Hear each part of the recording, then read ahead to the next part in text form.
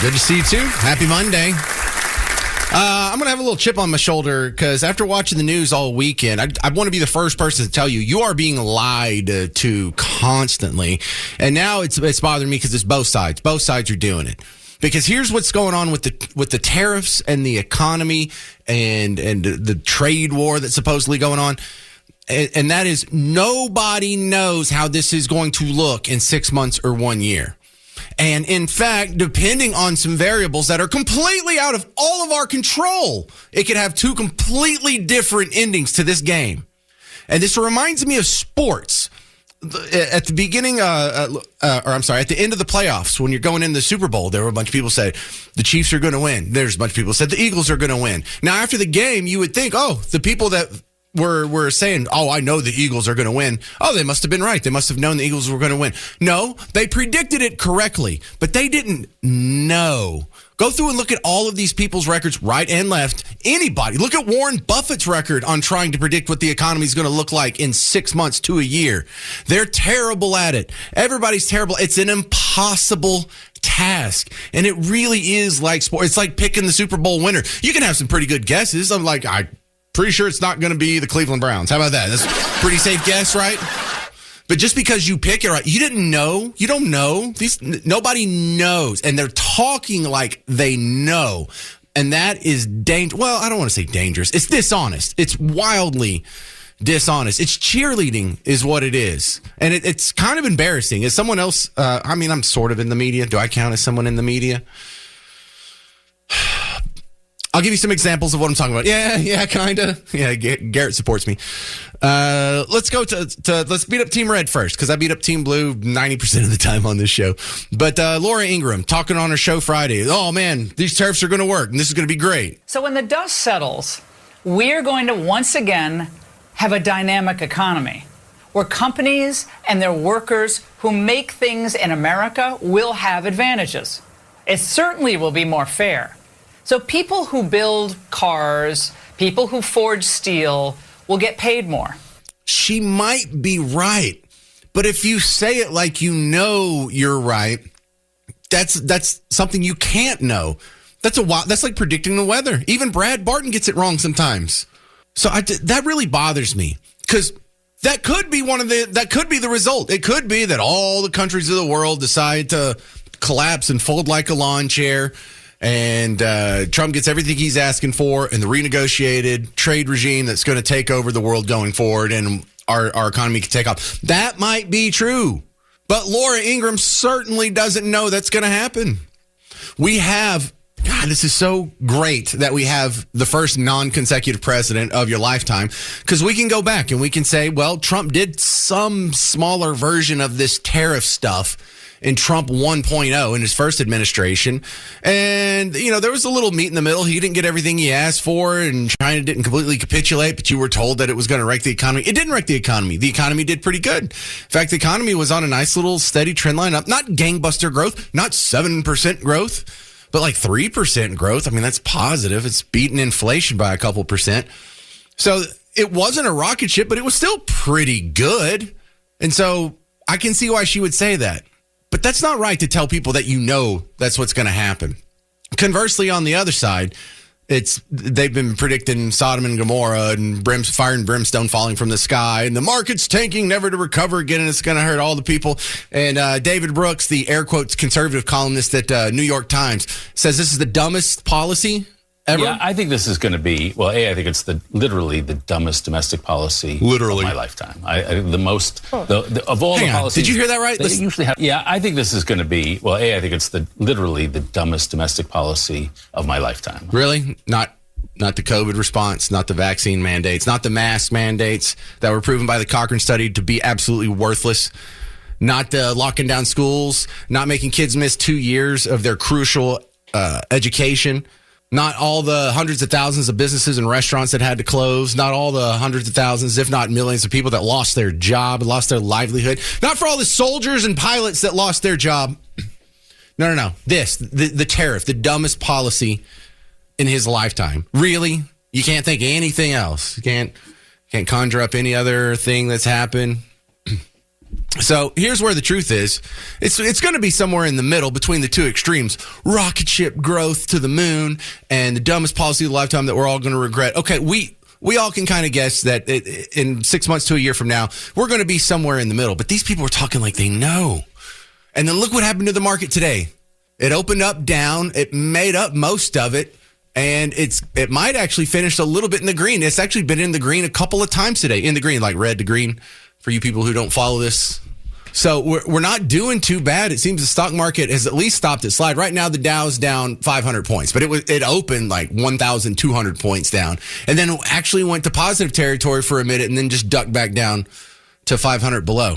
The market doesn't even know what it's doing in the middle of its own day in one Monday. It's like, well, I think we're going to be negative. Oh, I think things are going to be looking pretty good. No, I think they're going to be negative again. This is in one day. And if the people that are putting millions, billions, trillions of dollars in the market don't know any better than this, Laura Ingraham doesn't know, David Brooks doesn't know, CNN doesn't know, and they shouldn't be talking like they know. You're freaking a lot of people out. And there is animal spirits in economic activity that can be a self-fulfilling prophecy. You keep telling 330 million Americans that doom is coming around the corner and uncertainty is it's all chaos and expect bad things. And you can cause economies to grind to a halt. You can cause turn downs, and you can sort of make people apprehensive and hold on to their money instead of opening that new franchise or hire that new person. They can just about make it happen. Look at all the people they can get to just come out and gripe on Dealey Plaza on a weekend. Hands off my Medicare. Hands off my Social Security. Not one person has lost their Medicare. Not one person has lost their Social Security. In fact, 9.9 fraudulent Social Security accounts have been eliminated by Doge. But this whole idea that they're just going in and they're stealing money from old people to give tax cuts to billionaires. Stop it. That's not happening. I'm not saying it'll never happen. But it hasn't happened. It's not like Elon Money saying, okay, let's stop this Social Security check and let's redirect it to my checking account. People are lying to you on both sides. They don't know. I find the coverage of this whole tariff trade stock market story quite frustrating. People were talking with such certainty about things that they can't possibly know to be true. Now, they want it to be true. They hope that would be good for them if it was true, but we don't know. Also, I don't know how much you've been paying attention to your social media feed. Have you seen all the sound bites from 20, 30 years ago of people from today saying the exact opposite thing in the 90s? I played you, what was that? Nancy Pelosi. I played you Chuck Schumer.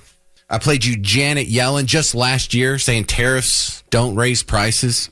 And then I can go back and I can play you Ronald Reagan talking about how tariffs do raise prices. Protectionist tariffs ultimately can be a bad thing. You see, at first, when someone says, let's impose tariffs on foreign imports, it looks like they're doing the patriotic thing by protecting American products and jobs. And sometimes for a short while it works, but only for a short time. What eventually occurs is, first, homegrown industries start relying on government protection in the form of high tariffs. They stop competing and stop making the innovative management and technological changes they need to succeed in world markets. All right. So, and look, that's the classic. Now, he's a supply side economist. I'm an Austrian economist, and we pretty much overlap fairly well when it comes to tariffs and things like that. But let me tell you, you can know who the honest people are out there, and that's the people who are admitting they don't know.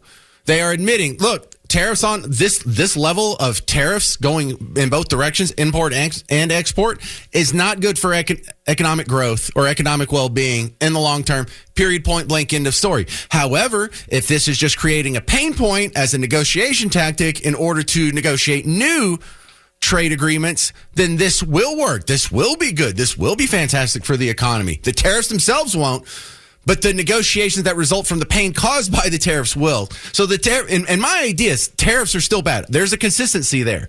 And if they weren't bad, then why would everyone fight them? Or if they weren't protectionist, why would people be putting them on against us so much?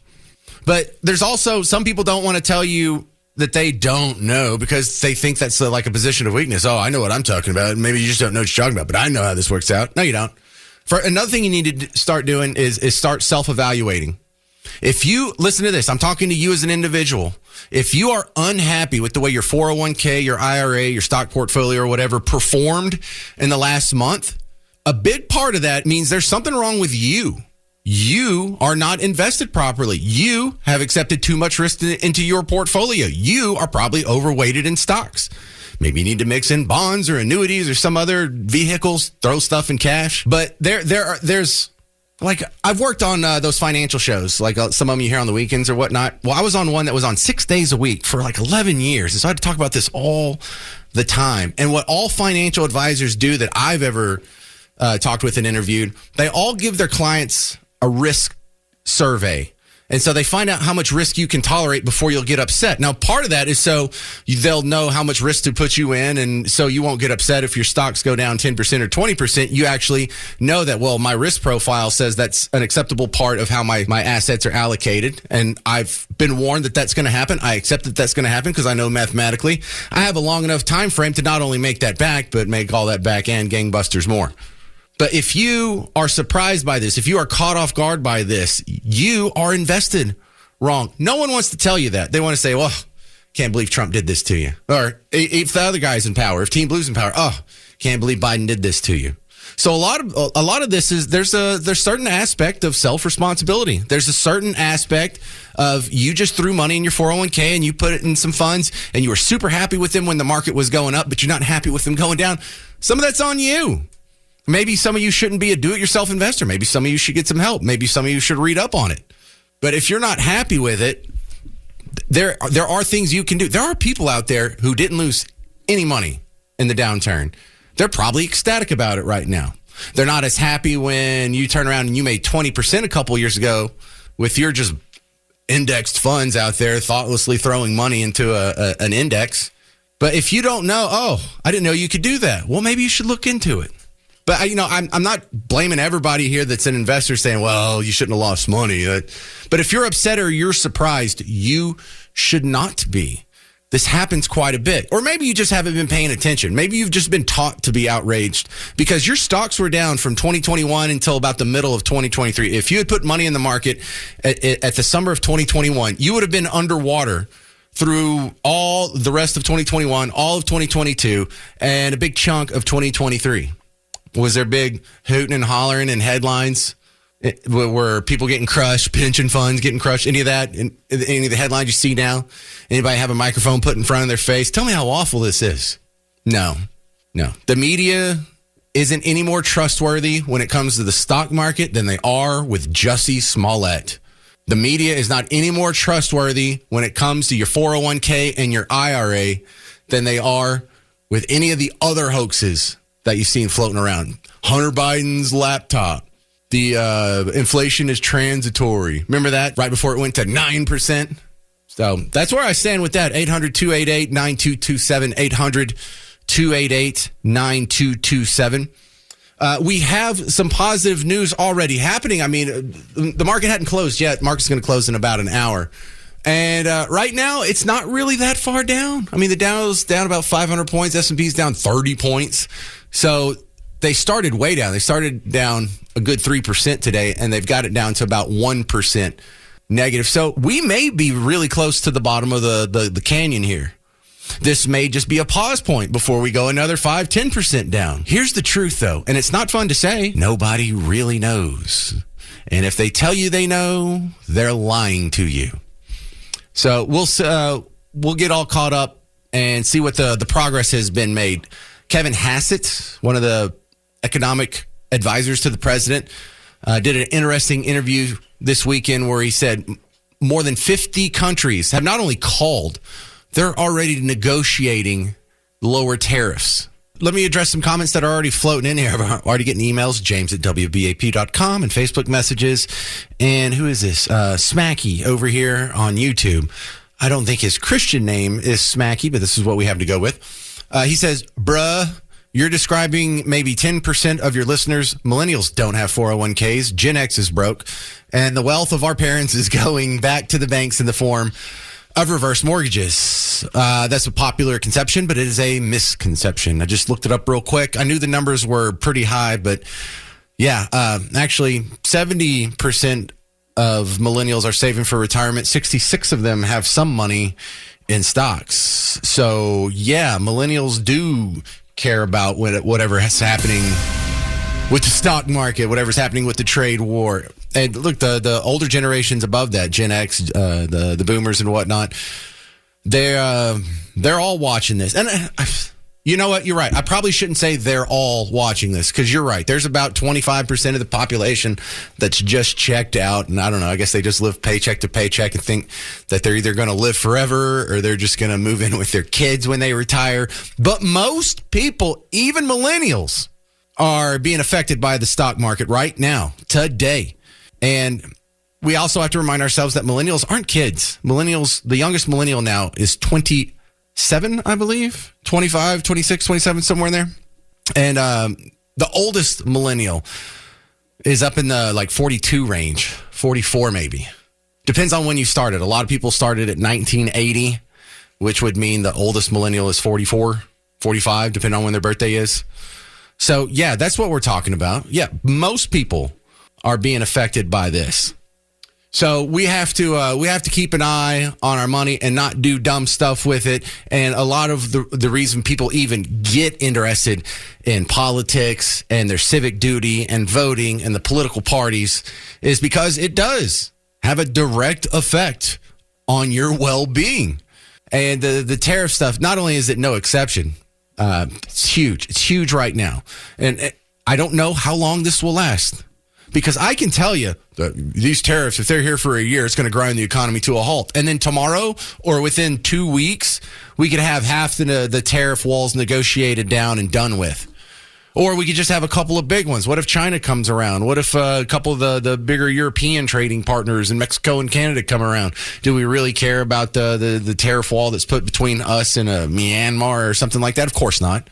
Also, I know you care about this because this is the most emails I've gotten in response to a topic since we were playing presidential bingo during the debates. Remember, we were doing when they had the debates against Trump and Biden. We did it for the vice presidential debate. We did it for the one against the one debate they had, Trump and Kamala. This is the most emails I've gotten since then. A lot of people were saying, hey, that guy you were quoting, that book you were quoting, the Henry Hazlitt, Economics in One Lesson. I must have sent the link out to that audiobook for free on YouTube, along with the Evan Sayet speech, which I think is very important for you to understand, not just what's happening with the economy, but the way it's being reported. I sent that out to dozens of people this weekend. In fact, someone right as the show started saying, hey, those 2 links you were talking about last week, can you send them to me? I know you care about this because look, the Austin Metcalf story, we'll talk about that in the next hour. I know a lot of you have some strong feelings about that, but it doesn't affect your bank account. It's an important story. It's a gut-wrenching story, and it's a conversation that needs to be had. But it doesn't have any effect on whether or not you'll be able to maintain your standard of living in retirement. This does. So if anybody is too optimistic or pessimistic about this tariff situation, they are either confused, intentionally deceitful, or misled. 800-288-9227. This is Michael in Weatherford. You're on WBAP. What do you think? I'm not so concerned about it. I mean, it does bother me a little bit, but I think it's time that the U.S. Be treated fairly within the world market. I'm getting ready to retire. I'm going to have 2 pensions and a 401k. So not all of my money is stuck in a 401k, and I know that it's going to bounce back. It always does. So I'm not as concerned about it. Yeah, on when we say on a long enough time scale, I mean, the longest time since we've been alive that it didn't bounce back was after the dot-com bubble. So when that happened in 2001, you weren't made whole again until, depending on how you were invested, for a good, 5, 6, 7 years if you didn't touch anything. That's the worst as it got. Now, is that considered as like the low watermark for the worst economy of your lifetime? Absolutely not. People would either say the Great Recession or that small hiccup we had during COVID. I mean, that was a huge drop, but it almost immediately rebounded, like within months. And so if you freaked out and you sold in the middle of it, you really screwed yourself hard on that one. And so for this one, the point is, like, if you were going to try and time the market and sell, the market just peaked in February. It was the greatest, highest stock market we ever had. And if you don't get a whole lot of gangbusters reporting when it's at the all-time high of all time and the greatest economy ever, but you only get reporting on it when it drops. Well, then now we have a problem with the media. Now we have a problem with they're so biased that it even affects their financial reporting.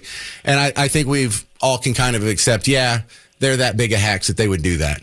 Yeah, I agree. I mean, I'm not making any changes in my 401k. I haven't in well, it's too late. If you haven't yet, it's too late now. You don't wait until it's already down 20% and make changes. No, and I'm not going to. I'm just going to ride it out because in the end, it always rides out.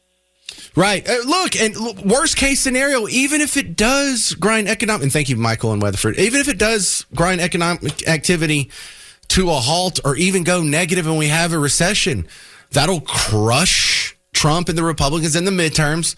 Democrats will swarm back in and we can resume the same status quo that we had before that. So even worst case scenario, this is temporary.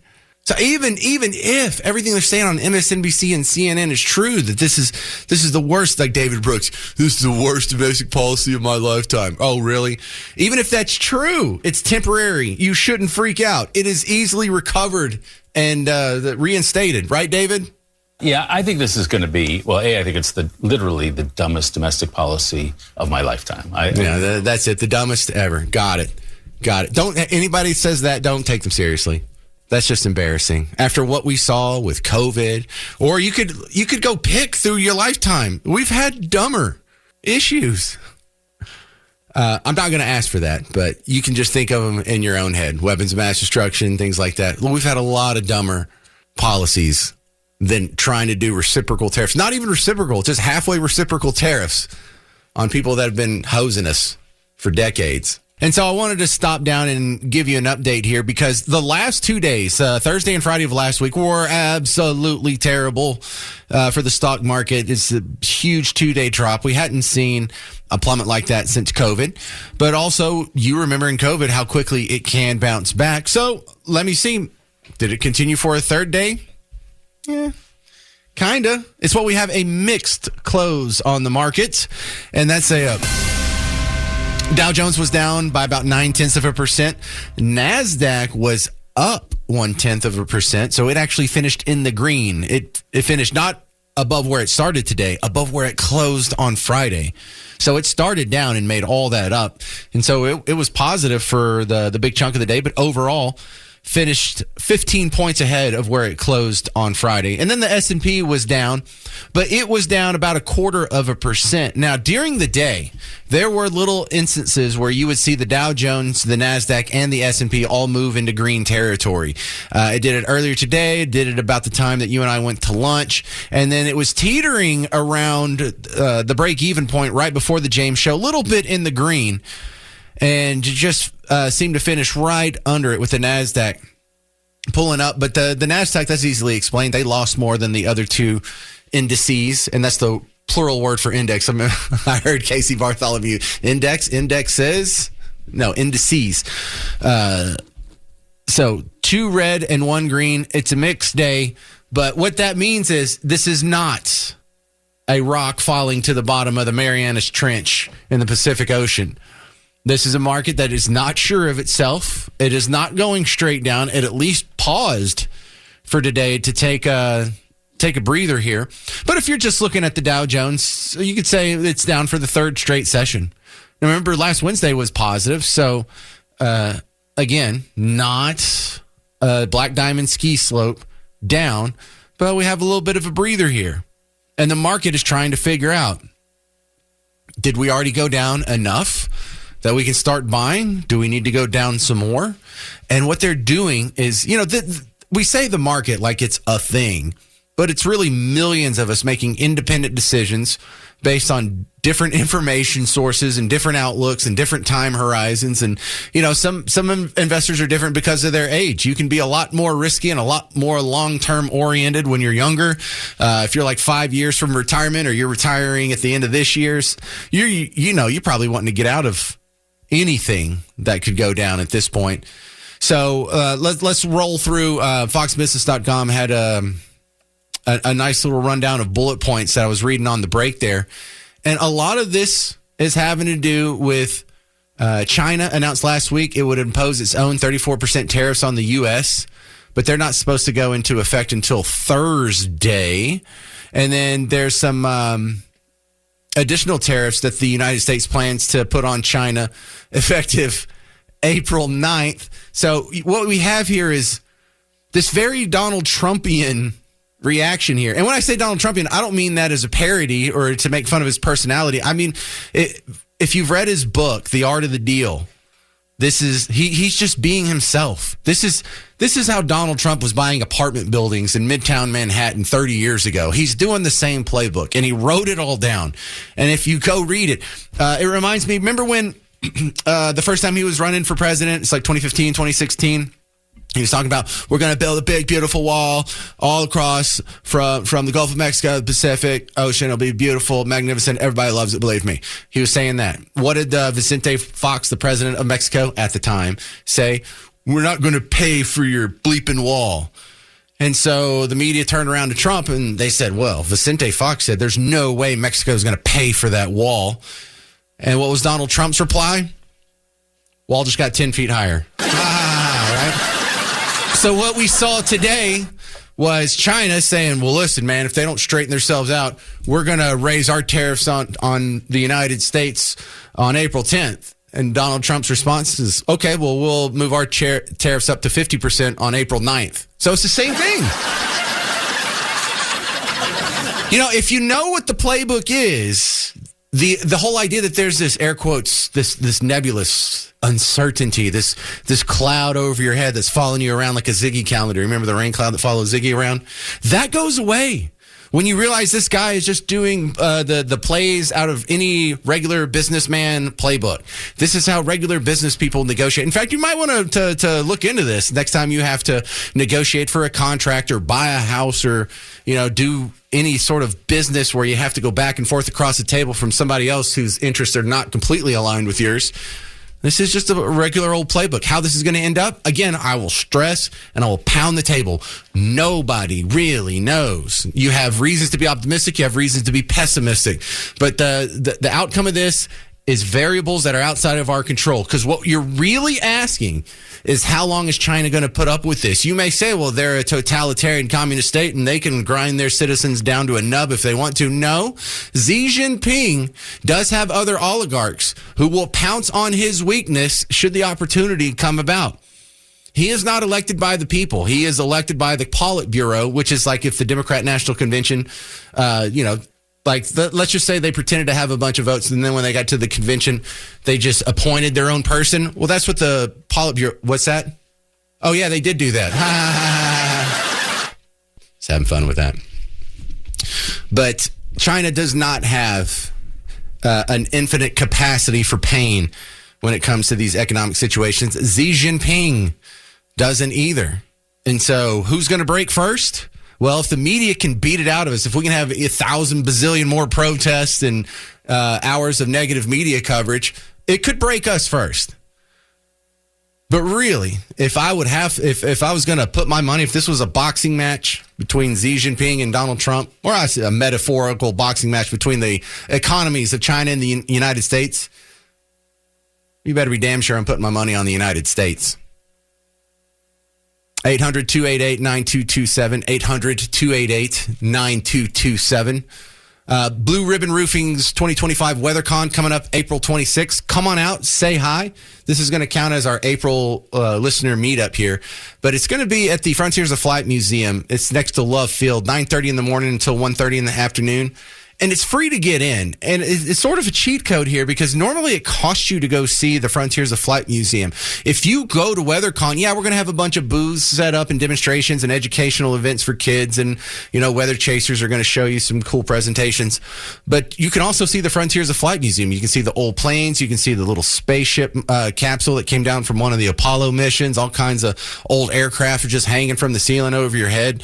It's a scene, man. And it's absolutely free. So come on out. It's great for the kiddos, great for if you're into storm chasing or weather or science, or you just want to meet some of your favorite people from WBAP.